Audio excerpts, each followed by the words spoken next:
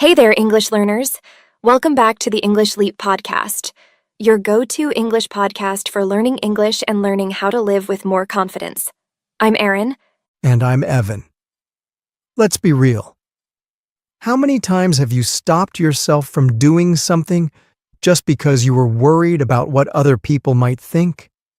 Ugh, too many to count. Whether it's speaking English out loud, wearing something different, or just being fully yourself, those invisible opinions can feel so heavy. Yeah, it's like living in a cage built from other people's thoughts. But here's the truth. Most of those thoughts, they're not even real. Today's episode is about breaking that pattern. We're going deep on how to stop caring what people think of you and start showing up as you. We're not talking about becoming rude or careless. We're talking about becoming free. Free to speak, grow, make mistakes, and still stand tall. And like always, this episode is also packed with real English you can use. We've created a free PDF guide with all the key points, comprehension questions, and grammar exercises, so you can grow your mindset and your language skills side by side. You'll find the link in the description. Download it, save it, and use it like a safe space to think, feel, and learn. And don't go anywhere. Charlotte will join us at the end for your vocabulary breakdown. She'll help you break down today's bold and emotional words so you can start using them with confidence. All right, let's dive in. Because it's time to stop living for the crowd and start living for you.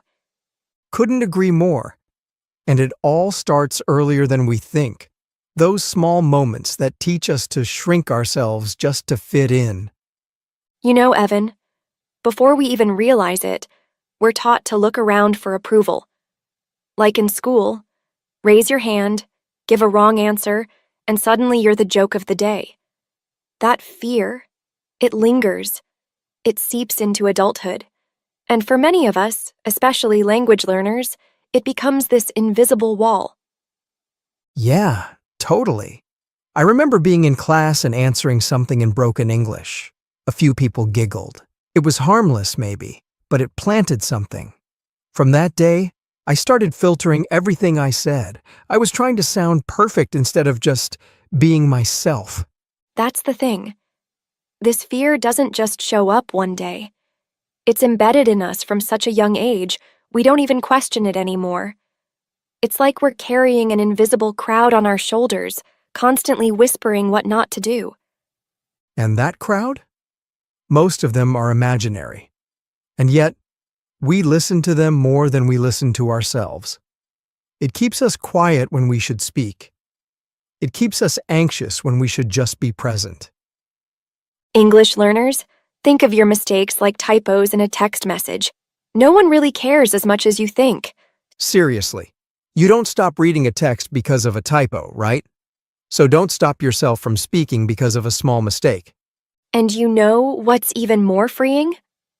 Realizing this next truth. People are too caught up in their own world to be fixated on yours. This was a game changer for me.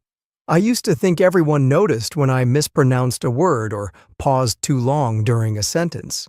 But one day I realized people are preoccupied with themselves, their worries, their insecurities. Exactly. It's like this. We think we're under a spotlight, but everyone else is just adjusting their own lights. They're not analyzing your every move. They're worrying about their own performance. You're not the protagonist in their story. You're maybe a background passerby at best. Once I realized that, it took the pressure off. I started experimenting with new phrases. I stumbled through conversations and no one laughed. Most didn't even notice. When you let go of the fear of being watched, your confidence builds quietly, like a seed that just needed a little space. The soil wasn't fear, it was freedom. So English learners, if you've been quiet in class or hesitant to speak up, here's the truth. Most people won't even notice if you mess up, but they will notice your courage. Speak up. Be bold, even just a little. Each time you do, You remind your brain that it's okay to be seen. And speaking of being seen, sometimes people do say things. They might criticize your accent or point out a mistake. But here's the thing we need to remember. Oh, this one hit me hard. For the longest time, I'd carry around every critique like it was my truth. Someone once told me, "Your English is a bit weird," and that echo lived in my head for years. That's painful. But I've been there too. I used to internalize everything people said, especially the negative stuff. But I slowly learned. What someone says often says more about them than it does about you. Exactly. Their judgments are often just projections of their own insecurities, their own limited thinking. If someone mocks your accent, it might be because they've never had the guts to learn a second language themselves. And once you see it that way, it loses its power. You stop reacting to their comments and start owning your voice. For our English learners, your accent? That's not something to hide. That's proof you're brave enough to learn a whole new way of expressing yourself. Wear it with pride. Every syllable you speak is a step forward, and if someone's bothered by it, that's their story, not yours. Ugh, yes. And you know what? The moment you stop performing for others, you start growing for yourself. It's wild how much energy we waste trying to impress people who probably aren't even paying attention. When I started caring less about sounding smart and more about actually asking questions, my growth skyrocketed. Real progress came when I gave myself permission to sound uncertain, to be curious, to not have it all figured out. Totally. I remember sitting in this workshop, everyone nodding like they understood, and I was so lost. I hesitated to ask, thinking I'd look foolish. But then someone else did, and I realized half the room felt the same. That moment, liberating. It's a misconception that confidence comes from knowing everything. Nah, it comes from embracing the discomfort of not knowing and leaning into it anyway. And English learners, this one's for you. Growth doesn't come from hiding your questions. It comes from asking them, even the basic ones. Don't hold back just because something sounds simple. Asking, "What does that word mean?" is braver than pretending to understand. Curiosity is your real superpower. And you know what holds people back from that kind of growth? This sneaky little lie that you need to be perfect first. Nope. Perfection isn't the goal. It's the excuse. Think of it this way. You don't learn to swim by reading about water. You learn by getting wet, by flailing, kicking, swallowing a little water, and then getting better. Exactly. Perfection sounds nice, but it's paralyzing. It convinces you to wait until you're ready. But that day never comes. Meanwhile, progress is messy, noisy, full of mistakes, and totally worth it. I used to delay speaking in English because I wanted my grammar to be perfect. But ironically, my grammar only improved after I started speaking. Mistakes were the stepping stones. So here's the shift. Don't aim to be flawless. Aim to be fearless enough to begin. Yeah, practice your English before you feel ready. Talk to a friend, leave a voice note, join a small group. The goal isn't perfection, it's momentum. And that brings us to the truth about confidence. Most people think it's something you're born with. It's not. Confidence isn't a gift. It's a practice. You build it, you strengthen it. The same way your muscles get stronger at the gym, the more you use it, the more it shows up when you need it. Oh yeah. I used to watch confident people speak English and think, wow, they must just have it in them. But they didn't. They just showed up more often. They put in the reps, daily small actions that made confidence their default. So don't wait for courage to magically arrive. Create it, one small, brave move at a time. Say hi to someone. Join a conversation thread online. Share your thoughts, even if it's one sentence. Believe it or not, confidence grows in tiny moments. Speak out loud when you read. Record yourself. Comment on an English video. That's you lifting the confidence weight. Totally. And once that confidence starts to build, here's the next step: replacing fear with curiosity. because fear holds you back. But curiosity? It invites you to grow. It's the difference between freezing up and leaning in. Yes. Fear asks, what if I mess up? Curiosity asks, what could I discover? That tiny shift can completely reframe how you perceive every conversation. You go from feeling judged to feeling intrigued. I used to overthink every sentence before speaking, worried if I'd sound silly or make a mistake. But when I started approaching conversations like experiments, things changed. I'd think, let's just try this. Let's see how people respond. And funnily enough, people responded better because I was more present, more real. Exactly. Curiosity softens the pressure. It turns your focus from, how do I look, to, what can I learn? You stop seeing others as critics and start seeing them as part of your learning journey. And the more curious you become, the less failure stings.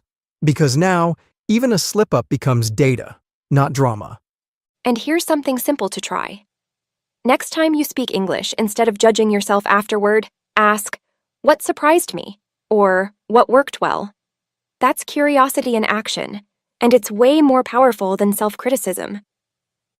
I love that. Shift the focus from did I mess up to what did I learn? That's where the real growth lives. And hey, if you've been wondering about some of the words we use today, Charlotte's got your back. She's here to break down a few of today's trickier vocabulary words and expressions, so you can not only understand them, but start using them with confidence. Charlotte, the mic is all yours. Hey friends, it's Charlotte. Welcome to your vocabulary breakdown. Let's unpack some of the powerful words you heard in today's episode. Ready? Let's go. Linger, meaning to stay longer than expected. Example, the scent of fresh coffee lingers in the kitchen even after breakfast. Seep, meaning to flow slowly through small openings. Example, water can seep through cracks in the wall if it rains heavily. Giggle, meaning to laugh lightly in a silly or nervous way. Example, the children giggled at the funny cartoon. Embed, meaning to firmly fix something into another thing. Example, good habits embed themselves in your routine over time. Typo, meaning a small mistake in typing. Example, there was a typo in the final report but no one noticed. Preoccupy, meaning to fill the mind so much that other things are ignored. Example, worry about the meeting preoccupied his mind all day. Insecurity, meaning lack of confidence or assurance. Example, his insecurity made him hesitant to speak up. Protagonist, meaning the main character in a story or situation. Example, she felt like the protagonist of her own life story. Passerby, meaning someone who is passing by casually. Example, a kind passerby helped the old man cross the street. Criticize, meaning to point out faults or mistakes. Example, instead of criticizing, try offering a helpful suggestion. Critique, meaning to review or analyze something carefully. Example, the teacher asked the students to critique each other's essays. Liberate, meaning to set someone free. Example, speaking your mind can liberate you from fear. Flail, meaning to move wildly or clumsily. Example, he flailed his arms when he slipped on the ice. Swallow, meaning to make food or drink go down your throat. Example, she swallowed nervously before starting her speech. Ironic, meaning something happening in the opposite way than expected, often amusingly. Example, it's ironic that the fire station caught on fire. Default, meaning the usual or expected choice when no alternative is made. Example, English became his default language after living abroad. Sting, meaning to cause a sharp pain or hurt feeling. Example, his rude comment still stings days later. Slip up, meaning a small mistake or error. Example: forgetting his homework was just a small slip-up. That's all for today's breakdown. Remember, the more curious you are about new words, the more confident you become using them. Back to you, Aaron and Evan. Thanks, Charlotte, for always making those tricky words feel a little less scary. Yeah, seriously. It's like having a secret weapon for learning English. And speaking of powerful tools, if today's episode gave you even one aha moment, don't just keep it in your head. Put it into practice. Absolutely. Remember, the goal isn't to be perfect. It's to show up, speak up, and live a little louder, without worrying about the invisible crowd. We're proud of you for every step you're taking. And we'll be right here, cheering you on every leap of the way. Thanks for listening, and we'll see you in the next episode of the English Leap podcast.